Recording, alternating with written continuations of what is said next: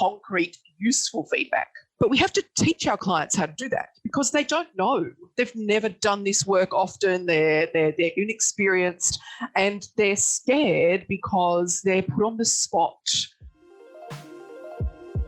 Hey there, and welcome to yet another episode of the World of Presentations podcast brought to you by us at Presentation Agency 356 Labs. I'm Boris, the founder of the company and your host for this episode. And today we have someone I personally approached and she immediately accepted, which was super kind. Who is she? Her name is Donna Spencer and she wrote a book. Actually, she wrote quite some books, but that's the one I found and got called Presenting Design Work. And I have to tell you that one, yes, it's on presenting design projects, but everyone listening, please, I highly recommend it because it has so much valuable advice for presenting that you won't be able to find in most books out there. Donna, welcome to the podcast. Thanks again for accepting. Let's start with a few words about you and why, as it's written on your LinkedIn profile, someone recently called you the Joker. So first I'll say thank you for having me. And second, so that was a Brazilian friend of mine. And he said that in Brazil, like calling somebody the Joker is a real compliment.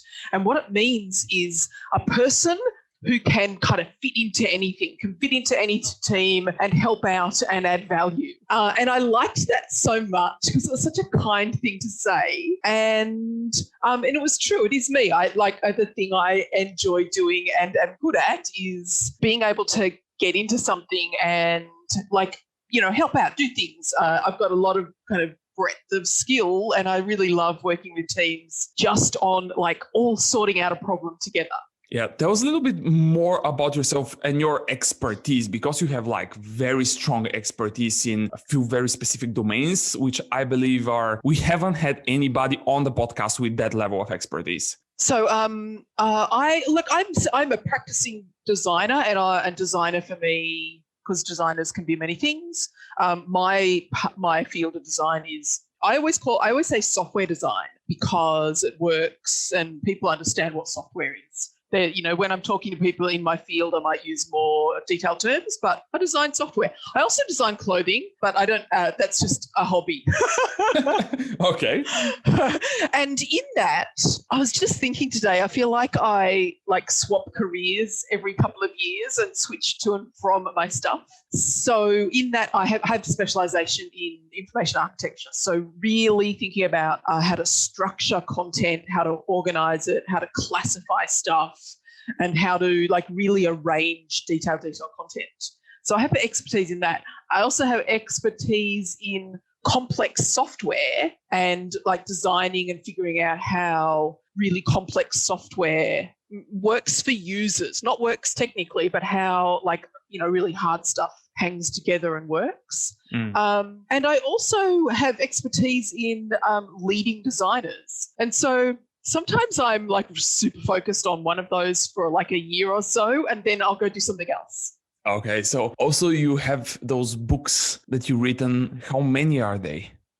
They are. You also have to take a look at it. You're I'm not sure. What? Okay. So how many are they? I had to look at my bookshelf. I wrote a really skinny book on web writing. That was a long time ago. And then I wrote a book on card sorting, which is a method that we use to help understand how people think about content and how they think about groupings and categories. And then I wrote a fatter book about information architecture. So again, about organizing content. And then I wrote this skinny book that we're talking about called Presenting Design Work. And I say 4.5 because I have a book drafted on facilitation, facilitating design thinking. But we put that on hold for a moment. So I have a half of another skinny book.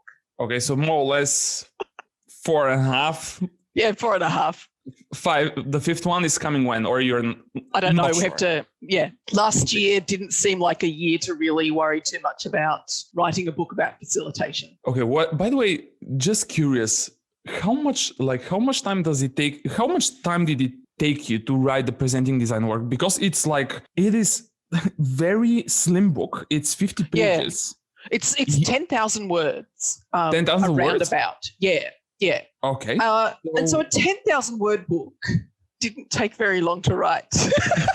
Yeah, but still it is very well written. I mean, there, as you can see, people won't see that on the camera because we're not going to publish the video. But I have personally, first of all, I need to put maybe a little bit of context here. We read almost any presentation book that's on the market. And still there are so many things that I can, as you can see here. He's got it all highlighted, So many things I colored with yellow or with green, depending on who you're asking. So here again, set the context, explain the presentation process, all of those things. So like, how much time did it take you to write those otherwise 50 pages? Like, can you remember? But so the hard part about writing a book is figuring out your thoughts. And like, again, we're talking about presenting and presentations, and you do presentations.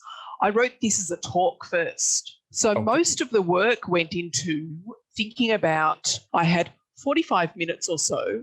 Most of the work was, how am I going to communicate with this audience the things that I want to do? And so I presented it as a talk at a conference in Colombia, and the reaction from the audience was great. Like, people gave great feedback and like told me really specific things that they loved about it. And so then when I went to write it down in words, I'd done all the thinking. So I'd pre-done the thinking in preparing it as a presentation. So like, and I'm a good writer, like I'm a natural writer. So stringing words together was the easy bit. A book apart, these guys, like, they have the series of very slim, very short books that, based on yours, I'm sure that all of the others are really worth checking out. Yeah, they're really good. They've got a really good set of design-focused books. Excuse me if we hear some noise. The cats are running around the house. Oh, I have a dog in the other room, so don't worry about it.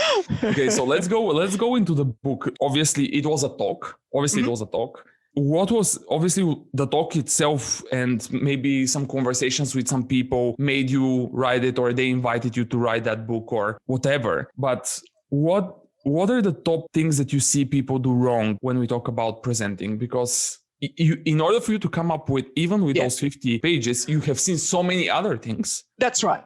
Yeah, so as I said, I've been a practicing designer for a long time, and I've worked with teams. I've led designers, and I've been on the other side of presentations as well. So I've seen good and bad work presented, by my teams and to me. So some things there's lots of things that I see go wrong, and I don't like to be negative, but there's always a trigger for... Okay, let's call them missed opportunities, Okay, yeah, something like that. Yeah, it's not, I don't want to criticize people's work, but that's when you notice things, when you're like, oh, that wasn't very good.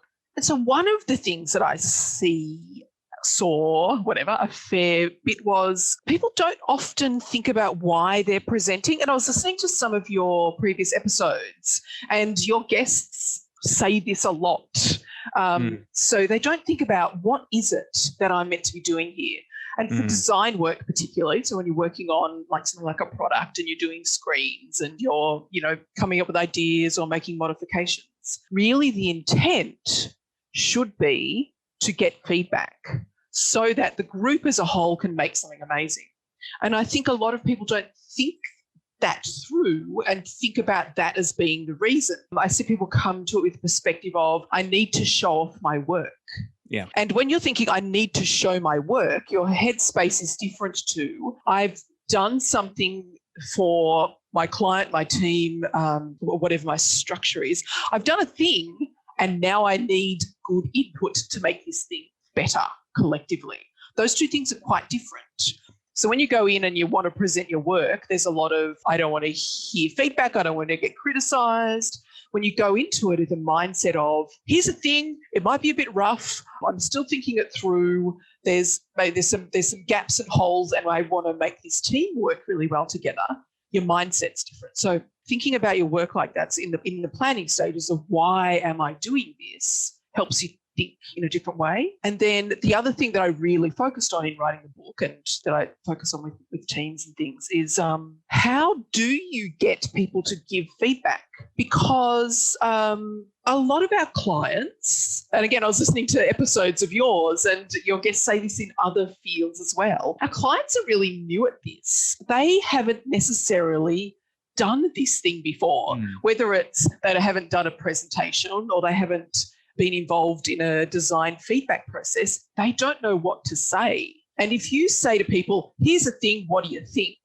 They're going to dive in and tell you what they think with no structure whatsoever. But if you are in the mindset of I need to get feedback, and the things that I need to understand whether this works for a particular audience, whether I've missed something, whether it's going to be technically possible. If you've thought through what you want to get out of it, then what you can do with that group is you can teach them how to give you feedback. You can say, the thing we're doing today is I'm going to show you this stuff. I'm going to ask you to focus in these areas, and I'm going to get you to focus on your expertise and give me feedback and comments related to your expertise.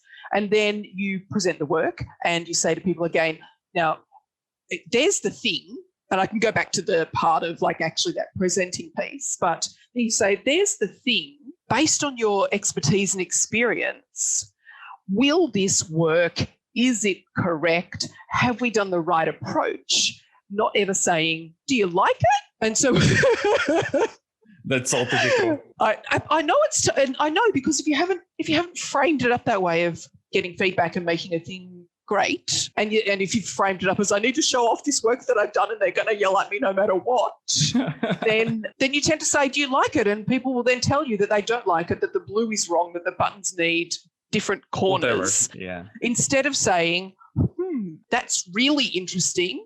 I can see what you've done there. I can see how this will work for this audience doing this task. But I think that there's a situation where this thing won't work.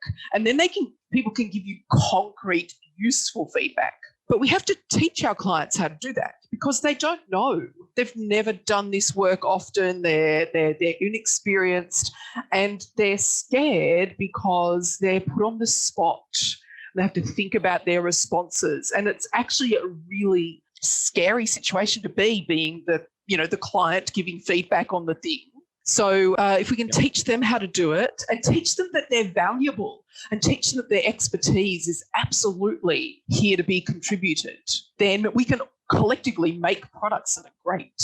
Yeah, I think that if I need to go back in what you said, there is on page number 10, there was this moment in the book where you describe the difference, exactly as you mentioned, describe the difference between designers. And by the way, everyone who's going to be listening to this one, we're talking about design projects or designers per se. But if you listen carefully to what Donna is saying and what we're obviously going to discuss, I'll go back to the framing of the questions. I think you will find a ton of similarities with any business presentation, especially internal presentation inside of a company, or when you work with an external partner, vendor, agency, whatever. Like, it is just if you're doing anything that is other than a sales pitch, you're usually presenting something to get feedback. Yeah, maybe that will be a lot of silence if I stop here to think really deeply about that. But anyhow, there is this, and I really like us to kind of repeat that, because many people get in meetings where designers show them, or the design people or the design team is just part of the presentation itself. And you make this very interesting, and we have experienced it in our own agency, where you differentiate those designers, where one of them, when they're presenting, some of the designers say, hey, these guys are judging me, right? Yeah. And some designers say, hey, we are, as you said, more or less, they are looking for feedback, and they approach it in the way every feedback that I receive is going to be about how can we solve this problem better? Yeah. And are not something personal. Can you elaborate? What have you seen? Like, this is so, I still see it often, but I don't know for you, but I mostly see it with people who are a little bit more junior. They're just getting into the world of design. I see it with people more experienced as well. Really? Okay. Yeah. And again, not a criticism. Sometimes people who are quite experienced can be a little more like that, because they're used to just being able to present a thing and here's my thing, and I'm really experienced at this, so I must be right. But like, no matter how experienced you are, no matter how good your mindset is, it is actually still hard to show off a thing and have people react to it and critique and give you their thoughts. Like, been doing this for a long time, and I'm still, when people, I'm like, what? Why did I ask that question? That makes no sense. That was good. I did good work. It's really hard to get over that initial, what? Am I not perfect? And start listening. So, I mean, I just wanted to bring this up because, like, I still see it, but you surprised me when you say that you see it also in senior people, but you're seeing more designers than I am. So I trust you completely and blindly on that one. So then you have this, the whole book, I think you can phrase or you can name. And I think if we have to put a theme on it, it's super, it's a lot about preparing. It is about preparing. Yeah. There is a lot about preparation in this book. Like, do you see people around you? Do you see the teams that you work with? Do you see the businesses that you more or less interact with, preparing for presentations, for talks, or for like any public type of speaking type of engagement? Do you see them spending the needed time? I do see people preparing. It is hard actually to do a design presentation without preparation, because you usually have to take something and prepare screens and at least think about what things you're showing. So people do prepare in some way. Sometimes people will put together a presentation deck. Sometimes they'll just show through like their screens and a prototype. The thing that is important to think about with preparing is not just what will I want to show, but who will be there and why are they there? And what can they contribute? And again, with that feedback, how can I get them to contribute? Let's elaborate on that part though, on the audience, because you said that you listened to a few of the episodes before. Mm-hmm. You probably heard that other people who are in our space, in the presentation space, who give advices and share their wisdom, they talk a lot about the audience. How do you see the importance of the audience first? Well, if you don't know who the audience is, you can't figure out how to interact with them in a way that will get feedback.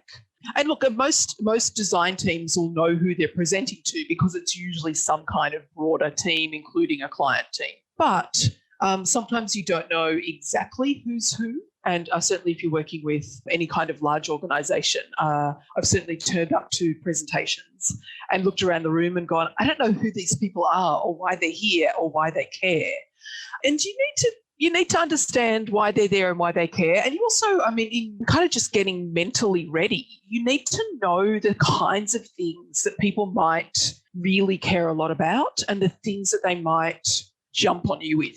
I remember working with a client a long time ago, and every single week we presented, this person would ask the same question. And it was related to his particular KPIs, which meant that we just got ready for that question and we just answered it.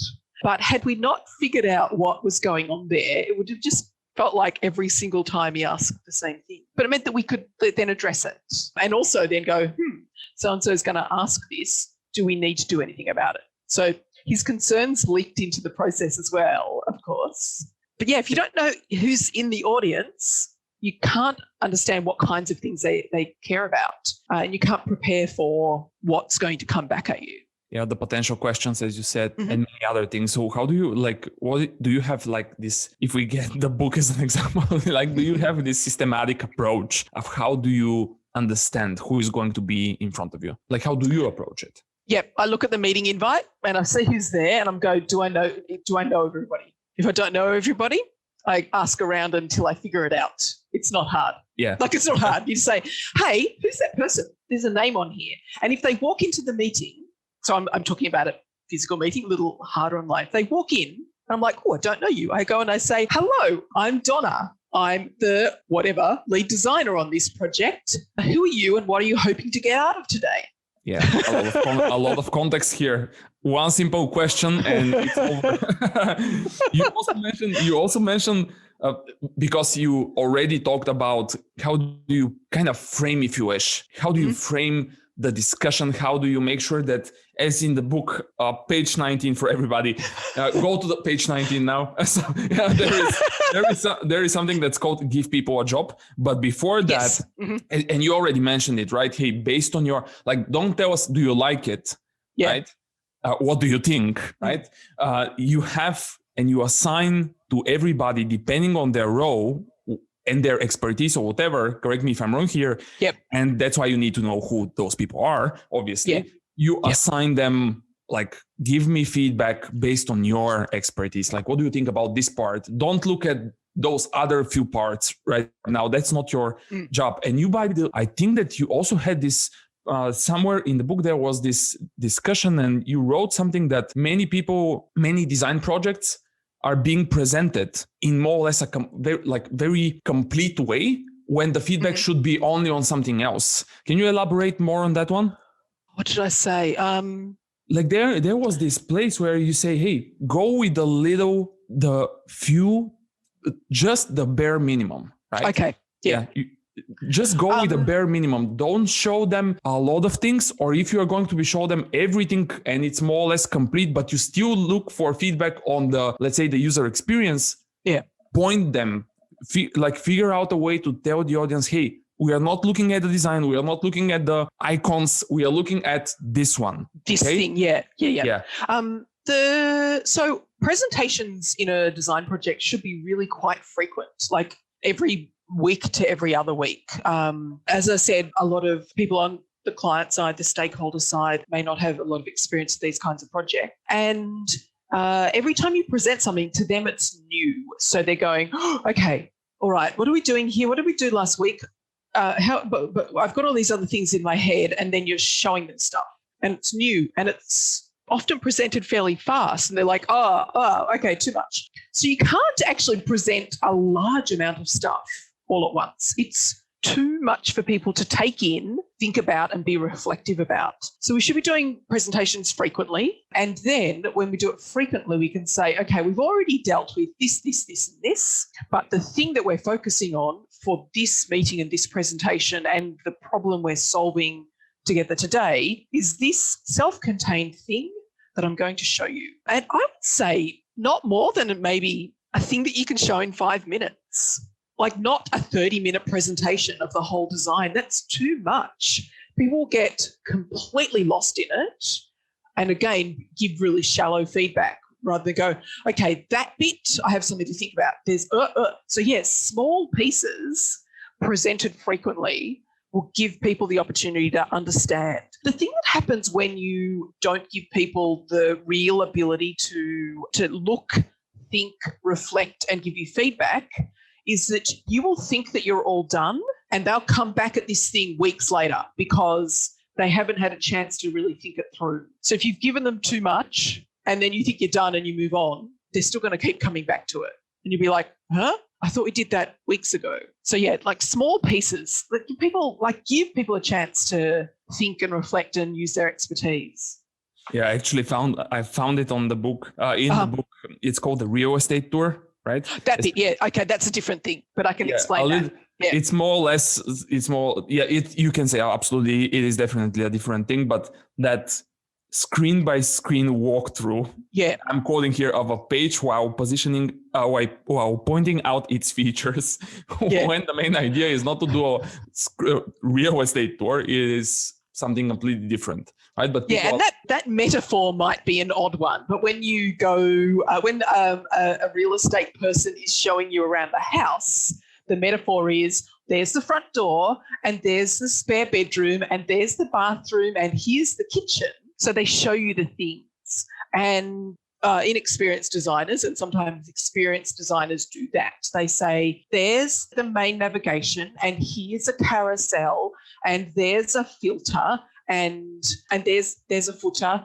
and there's a thing and there's a thing. And when you're looking, on the other side, you're looking at this, you're like, what are they showing me? You can't actually get it into your head as a story. So the other thing that I heard lots of your guests say was things about storytelling. And what I suggest people do, fits exactly in with their recommendations too, is not say there's a thing and there's a thing and there's a thing, but put it in the context of a person doing a thing. So my book example was for like a little shop. So Gerald has a 3-year-old who needs new clothes.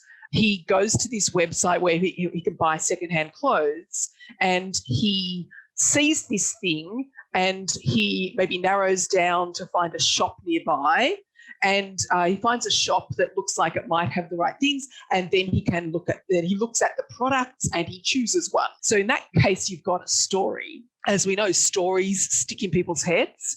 The stakeholders will go, okay, right, Gerald needed clothes. He went to this, he saw a thing, he wanted it in his local area. Right.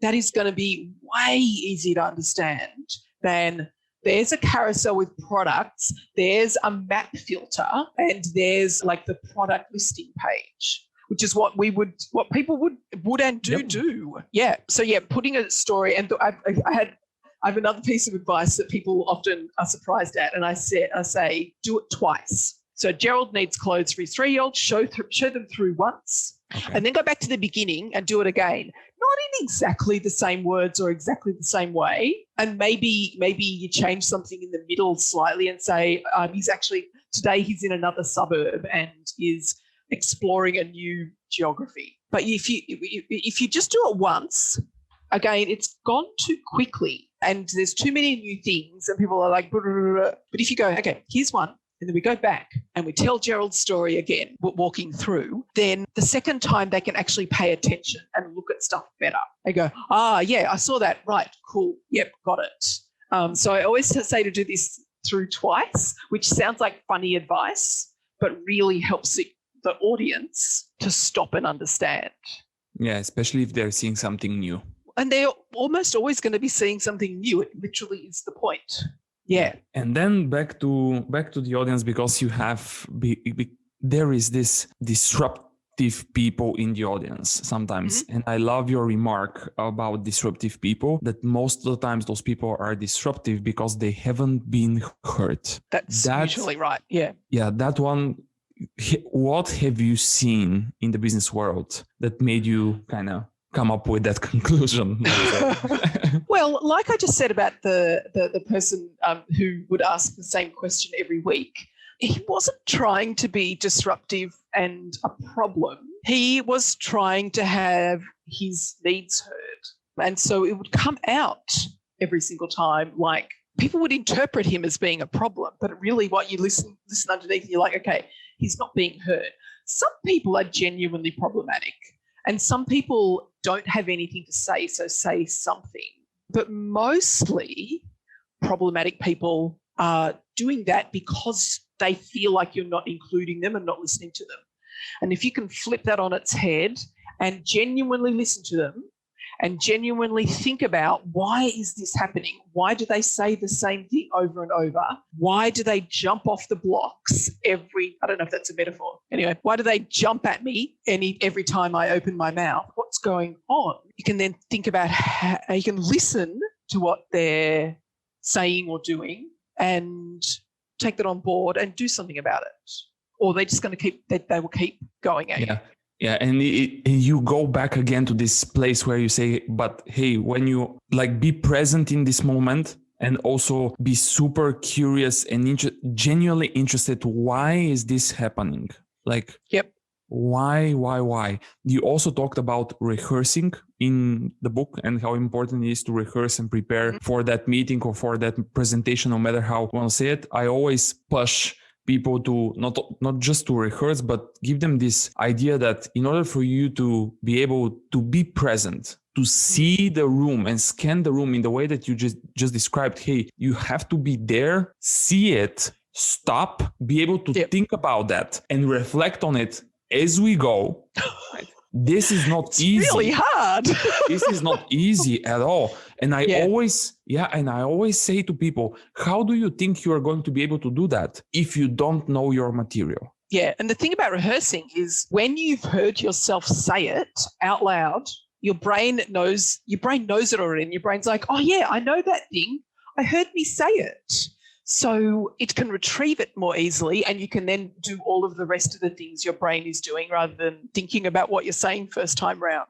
Yeah, absolutely. It's like an autopilot, when you rehearse it a few times, it's like now it's already flawless. I don't even think about it. And then everything else that happens in the room, I'm open for. I'm constantly scanning, constantly monitoring, but you need to scan for those elements and scan for those moments and scan the people in the room, especially because I believe that most of the presentations that you're referring to in the book are like those a little bit more private, private meetings, right? Yeah, Not they're the private conference meetings. type of talks, Yeah. right? Because there it is a completely different story. Yeah, they're not conference talks and they're not big product pitches. They're you in a room with your particular stakeholders. Yeah. And then and that's why I said that this book is it's about design and presenting design. And yet there are so many touch points, there are so many similarities with the business world. Let me give you, that will be the final one from the book. Mm-hmm.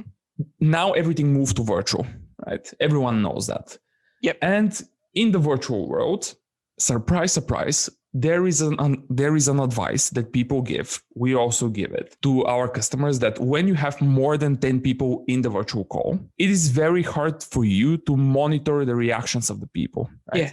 That's why you ask somebody from your team or whoever joined the call, right, to keep notes for you, to help you out, to be a moderator. You actually have the same point, but for those design presentations. Mm-hmm. Tell us a little bit about that. Well, it's also related to what we were just talking about with needing to present the work, scan the room, be listening. You can't be doing that and also taking notes. Just can't. If you're presenting and taking notes, you're not reading the room. So you need a way of making sure that what is happening is being collected. A good way, whether you're physical or remote, is to have a moderator. And if you absolutely positively can't, another good way can be to record the meeting so you can go back to it later. Because I learned this early on in being an interviewer.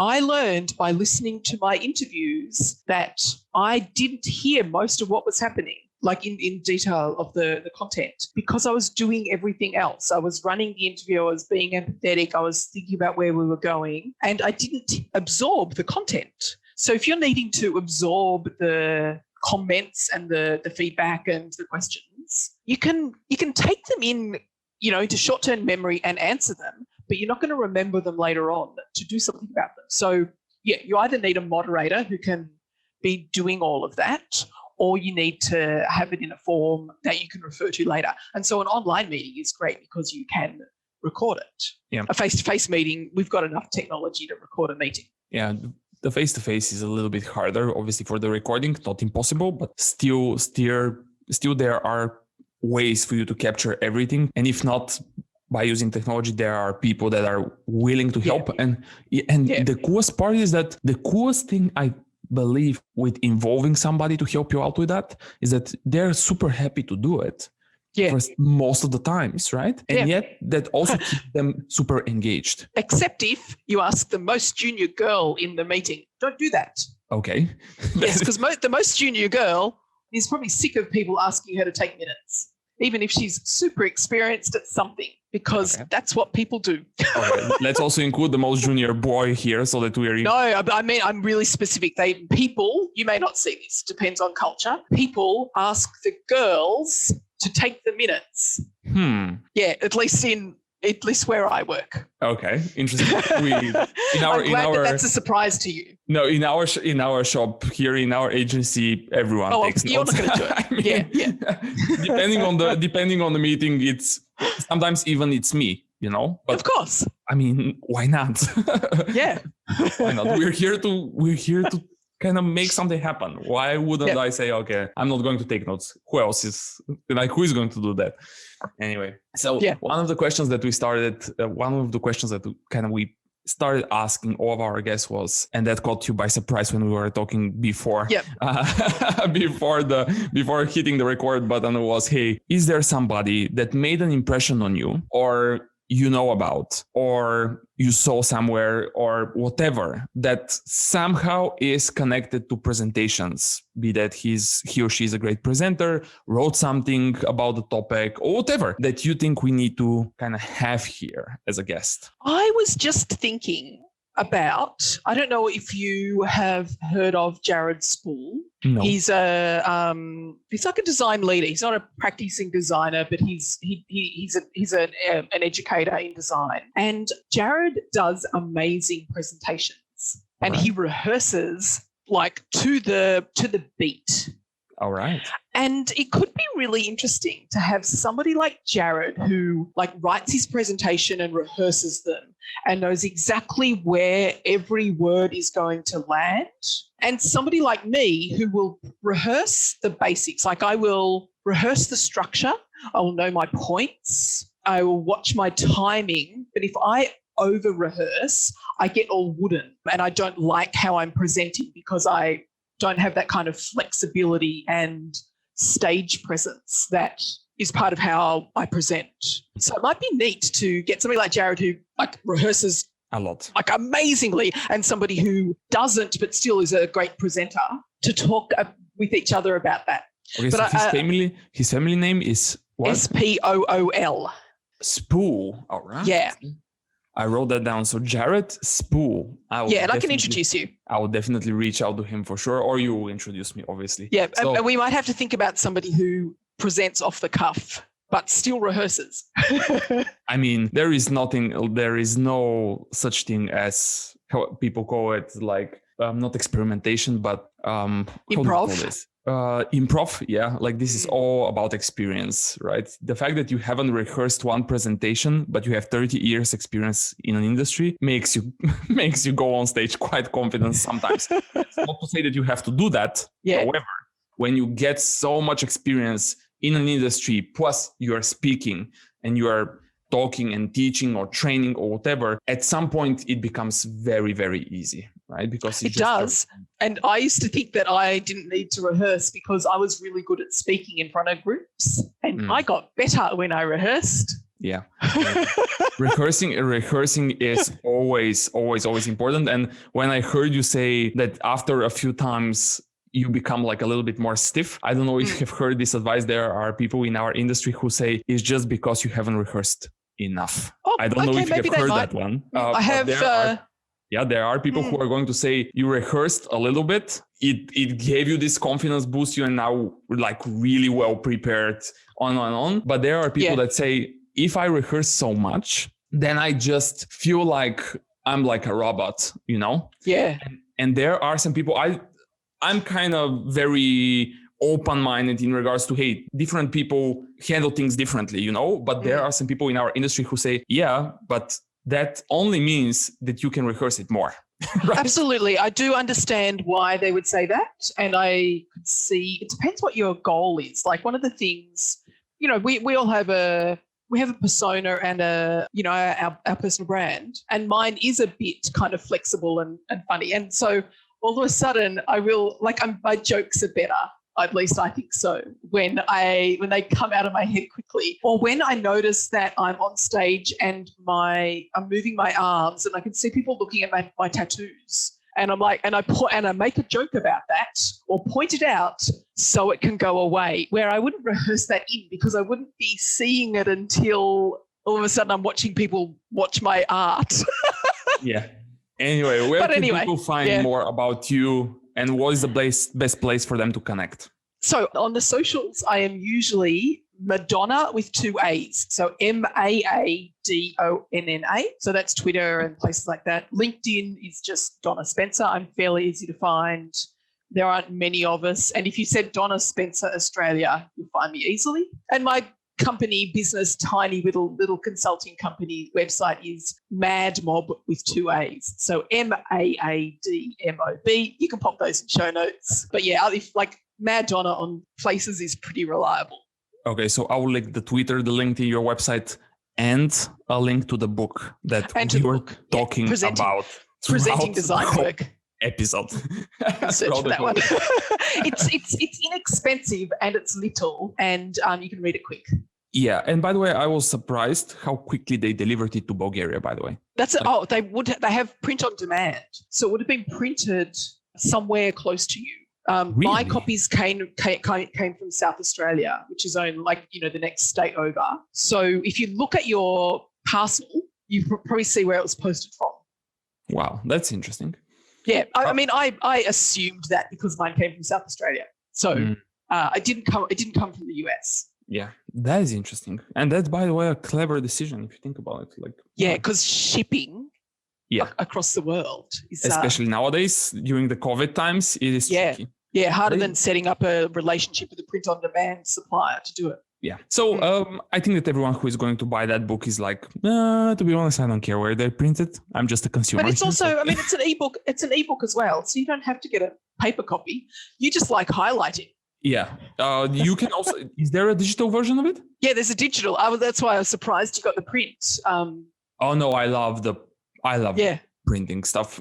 I buy the books even that I read in some other format just because I love seeing them, like. Yeah, nice. I don't know why that is the case, but I like not owning too many things physically. Yeah. And packing boxes when I have to move house. Yeah.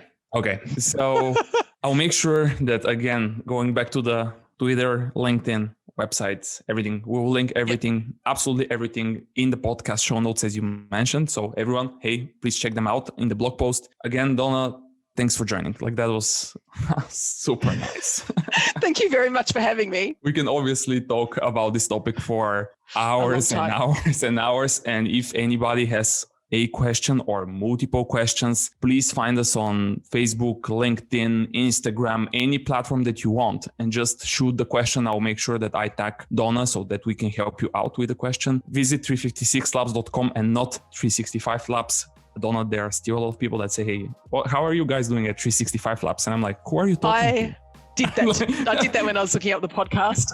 Like, why didn't this come up? Oh, okay. Yeah. So visit 356 Labs to see what we are doing and how we can help you and the company that you're working for write, design, and deliver truly effective presentations. And of course, our other project, Present to Succeed, our conference. This is the biggest presentation skills event in the world. If you still don't know about it, go check it out and get your tickets right now. Thanks for listening. And in case you found this episode useful, subscribe to the podcast, and why not even leave us a review on iTunes, as it's most popular, or share it with a friend. We would appreciate it. Thanks again, and see you in the next one. Bye.